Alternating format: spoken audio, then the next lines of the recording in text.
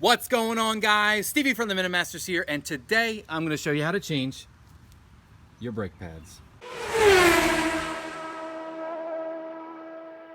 So I know changing brake pads isn't exactly rocket science, and there's millions and millions of videos out there on how to do it, but I'm just going to show you how I like to do it since, well, I'm here and I have to change my brake pads.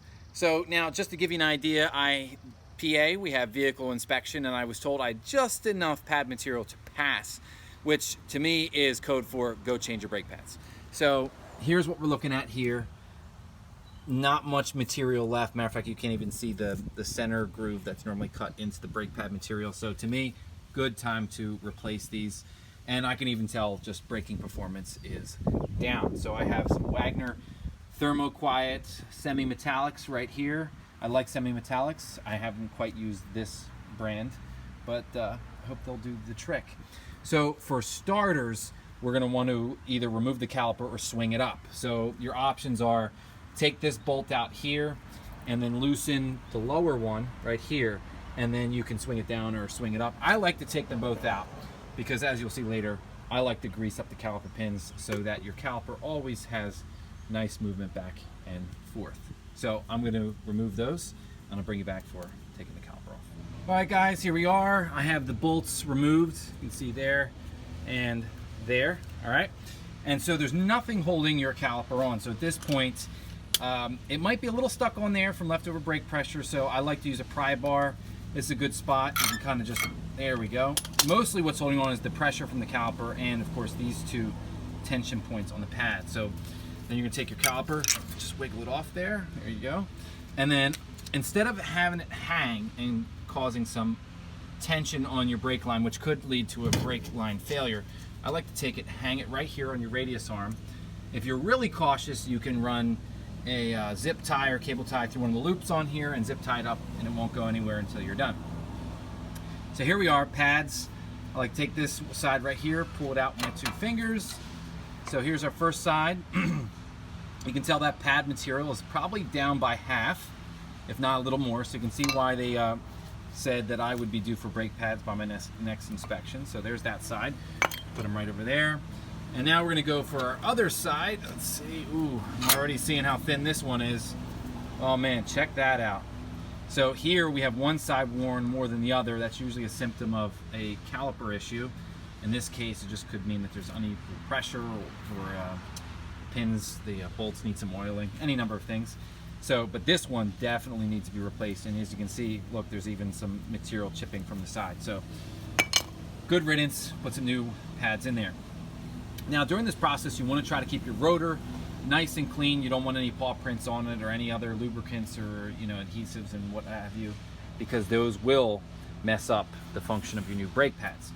Now at this point you have two options. You can keep your rotor on here if it's in good condition, or you can opt for one, a new rotor, or two, to have them turn. Turn just means they shave the surface off by a couple thousandths and make it nice and smooth.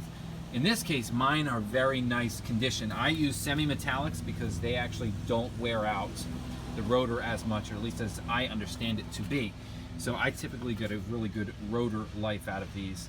Now this is a two-wheel drive, and so the rotor and the hub are all one piece. So if you do decide to go that route, you might as well buy a couple of bearings, because sometimes the new races are already pressed in here, as it was the case with mine. So it's kind of a full replacement job if you go that route. Like I said, my rotors are in good shape. There's not any gouges or nicks or heavy scratches on it, so I'm going to keep them. So at this point, you're going to take your pad and you're going to put it back into place. So down here, what you're going to do is kind of just nest that one in there. And then the up top here, it's going to be a little difficult for me because I'm one-handed, so I may have to put the camera down at some point. But you're just basically going to push it in there, okay? So I'm going to put the pads in place here because it is very difficult to do this one-handed, and I'll bring you back. All right, so here we are, guys. New pads are in place. Man, do I love the look of new parts. Never gets old. So next thing we're going to start figuring out is how to get our caliper back on. Now, it's very tough to do that because now it's so much wider, and your caliper was on there and it was thinner, and your piston is out. As you can see, it's extended out at probably about a ½ inch now.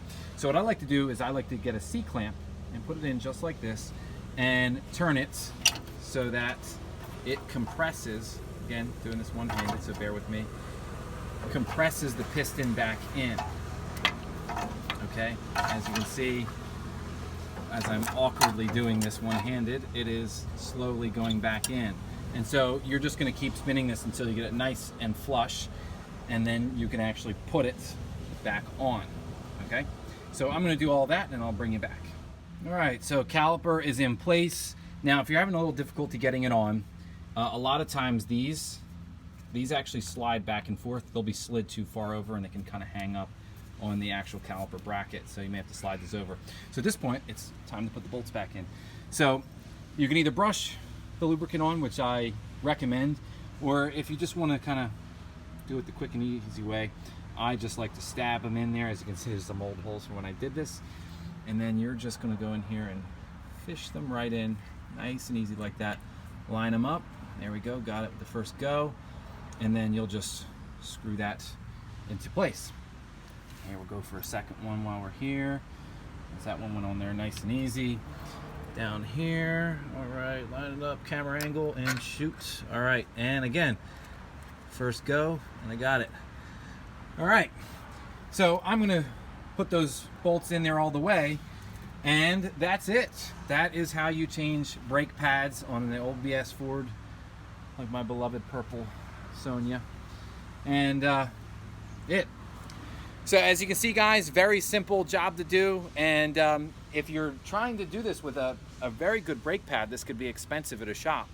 And so here you are, go buy the pads wherever you like to source them from. And you can do this right here in your driveway and save yourself some money, especially now since the way everything is, you gotta hold on to every little dollar. So one little pan around here of some of my tools. There's nothing really complicated here. I do have an impact gun. It's actually on the other side because I took the tire off there, my trusty Milwaukee impact gun. But to do this job, you just need a ratchet. Of course, I'm a little bougie. I have an electric ratchet. But ratchet, pry bar, and your C-clamp. And then obviously if you want to do your lubricants. But this is not complicated and it doesn't take any real special tools. So I'm going to wrap up this brake job, head to the other side and do that one, and call it a day. So guys, that's all for me. Hit the subscribe icon over here. Check out some of the other videos. I'm Stevie from the Minute Masters. Thanks for watching.